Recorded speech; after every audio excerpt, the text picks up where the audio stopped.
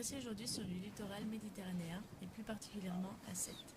Située dans le département de l'Hérault en région Occitanie, cette ville est notamment connue pour sa spécialité culinaire, la tielle. L'histoire de la tielle commence à Borgo de Gaeta, un petit village de pêcheurs au nord de Naples à l'époque de la domination espagnole. S'inspirant des empanadas, les habitants du village innovèrent en se servant d'un moule appelé teglia, devenu tielle en français. 3 siècles plus tard, les Italiens débarquent à Sète avec dans leur bagage la tielle. Ce produit est une tourte à base de fruits de mer et de sauce tomate qui permettait aux pêcheurs partis en mer d'avoir un repas complet qui se conservait quelques jours. Idéal pour une ville vivant majoritairement des produits de la mer. Nous sommes notamment capables de trouver des producteurs dans les rues de Montpellier.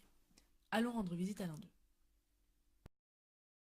Je suis Daniel Cano, le chef de la tielle sétoise, entreprise créée par moi-même il y a 16 ans. Et je représente la tielle à Montpellier, c'est-à-dire en tant que sétois, j'ai apporté un petit morceau de Sète sur la ville de Montpellier. Afin de montrer la préparation et la production de la tielle, nous avons rencontré M. Daniel Cano qui a accepté de nous recevoir au sein de son enseigne, la tielle sétoise. La préparation commence par la fabrication de la pâte. La farine, de l'eau, de l'huile et du sel. Après l'ajout de la levure, place au pétrissage. Afin d'abaisser la pâte, un laminoir est utilisé.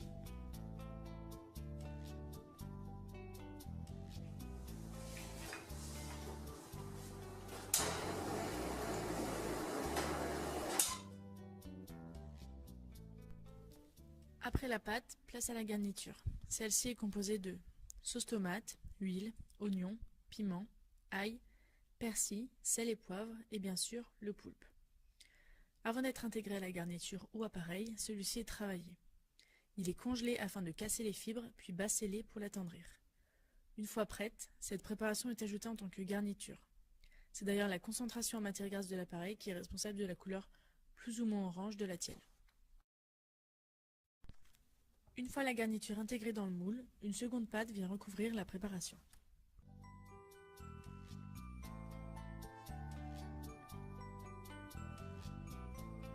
Afin de sceller les deux pâtes et donner par ailleurs une touche d'esthétisme, le chef effectue les quignons avec une rapidité déconcertante.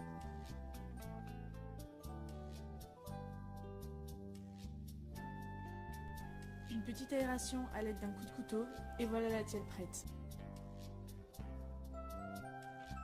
Direction le four à 180 degrés pendant 20 minutes. Voilà, tielle sortie du four, qu'on va poser sur l'échelle et qu'on va laisser légèrement refroidir pour les sortir des moules.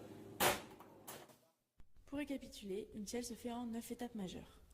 Premièrement, la préparation du poulpe. Ensuite, l'élaboration de la pâte, suivie de la préparation et cuisson de la garniture. La confection de la tielle en elle-même consiste à poser une première couche de pâte sur le fond du moule, ajouter de la garniture et enfin recouvrir d'une deuxième pâte. Sceller le tout en réalisant des quignons, enfourner, démouler et le tour est joué. La tielle présente une composition nutritionnelle intéressante, principalement grâce aux fruits de mer qu'elle contient. Comparons-la à la composition moyenne des plats type pizza et tarte salée. La tielle présente un apport énergétique et glucidique supérieur, un apport protéique égal et un apport lipidique supérieur. Cependant, la répartition des acides gras est bien meilleure dans la tielle. Il y a 2 fois moins d'acides gras saturés qui sont responsables d'une augmentation du risque de maladies cardiovasculaires. Les acides gras monoinsaturés et surtout les acides gras polyinsaturés sont présents en bien plus grande quantité dans la tielle. Ce sont donc ces acides gras présents naturellement dans les fruits de mer qui sont connus pour leurs propriétés bénéfiques pour la santé. Finalement, comme présenté au cours de cette vidéo, la tielle est issue de la tradition et du savoir-faire sétois. Riche en histoire et en produits de qualité, celle-ci s'inscrit comme un plat phare de la région Occitanie.